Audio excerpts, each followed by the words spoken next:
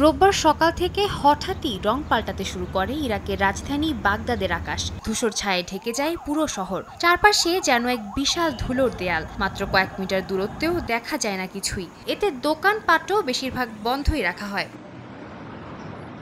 সকালে বাড়ি থেকে বের হতে গিয়ে বিপাকে পড়েন শহরের বাসিন্দারা। কেউ মাস্ক পরে বেরিয়েছেন, কেউ আবার ঘরেই থেকে গেছেন নিরাপত্তার কারণে। ধূলিঝড়ে সবচেয়ে বেশি ক্ষতিগ্রস্ত হয়েছেন বয়স্ক এবং শিশুদের মতো সংবেদনশীল মানুষজন। বিশেষ করে যাদের হাঁপানি, ব্রঙ্কাইটিস বা অন্যান্য শ্বাসজনিত রোগ আছে, তাদের জন্য এই ধুলাবালু অত্যন্ত বিপজ্জনক। তাই সরকারের পক্ষ থেকে শহরবাসীকে বাইরে না বেরোনোর পরামর্শ দেওয়া হয়।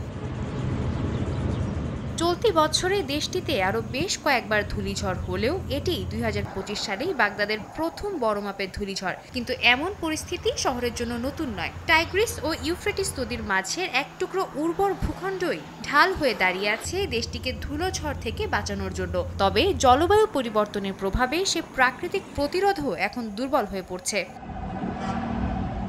সাদিয়া তাসনিম, সময় সংবাদ।